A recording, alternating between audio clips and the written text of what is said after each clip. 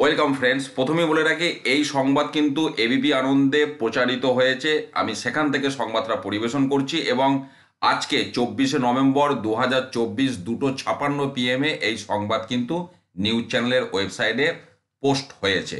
যেটা বলা হচ্ছে, এটা খবরটা অষ্টম বেতন কমিশন, কেন্দ্রের যে অষ্টম বেতন কমিশন তার খবর। এবং আমরা জানি বেতন কমিশনের অ্যাকচুয়ালি ফিডম্যান ফ্যাক্টর, আপনারা অনেকেই এটা মন্তব্য করেন, ফিডম্যান ফ্যাক্টর কিন্তু কেন্দ্র এবং রাজ্যের একই থাকে, যে কারণে আমি অষ্টম বেতন কমিশনের ফিডম্যান ফ্যাক্টর নিয়ে কিন্তু বারবার সংবাদ পরিবেশন করি। এবার যেটা এখানে বলা হচ্ছে, আমি মূল জায়গাটা যাচ্ছি, ফিডম্যান ফ্যাক্টরের বিষয়টা দেখুন। এখানে যেটা বলা হচ্ছে যে ফিডম্যান ফ্যাক্টর আপনার অষ্টম পে কমিশনে ন্যূনতম ফিডম্যান ফ্যাক্টর হবে 2.86, এটা এখানে বলা হচ্ছে। সপ্তম পে কমিশনে যেটা ছিল 2.57, তার আগের বার ছিল 1.86, এরকম টাইপের একটা কিছু।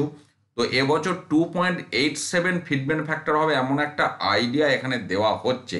এবং 2.86 ফিডম্যান ফ্যাক্টর হলে বর্তমানে যেটা ন্যূনতম বেতন 18,000, সেটা বেড়ে দাঁড়াবে 51,480 টাকা। তবে ফিডম্যান ফ্যাক্টর 2.86 হবে কি না, ব্যক্তিগতভাবে আমার এটা সন্দেহ আছে যে এতটা ফিডম্যান ফ্যাক্টর বাড়বে বলে আমার মনে হয় না। কিন্তু যাই হোক, এদের একটা সোর্সের ভিত্তি থাকে কিছুটা, তো তার ওপর একটা অ্যাজামশান দেওয়া হয়েছে। যদিও এগুলো সবই এখন প্রেডিকশান, কোনোটাই মিলবে বলে নিশ্চিত করে বলা যায় না। তো যাই হোক, এখন ফিডম্যান ফ্যাক্টরটার ওপরই কিন্তু দাঁড়িয়ে আছে যে ন্যূনতম বেতনটা কত হবে বা কতটা স্যালারিটা জাম্প করবে। এর কিন্তু মেন ফ্যাক্টর হচ্ছে ফিডম্যান ফ্যাক্টর, যে কারণে বারবার এটা নিয়ে তথ্য সামনে আসে বা আমিও ভিডিও দিই, আগামী দিনেও দেব।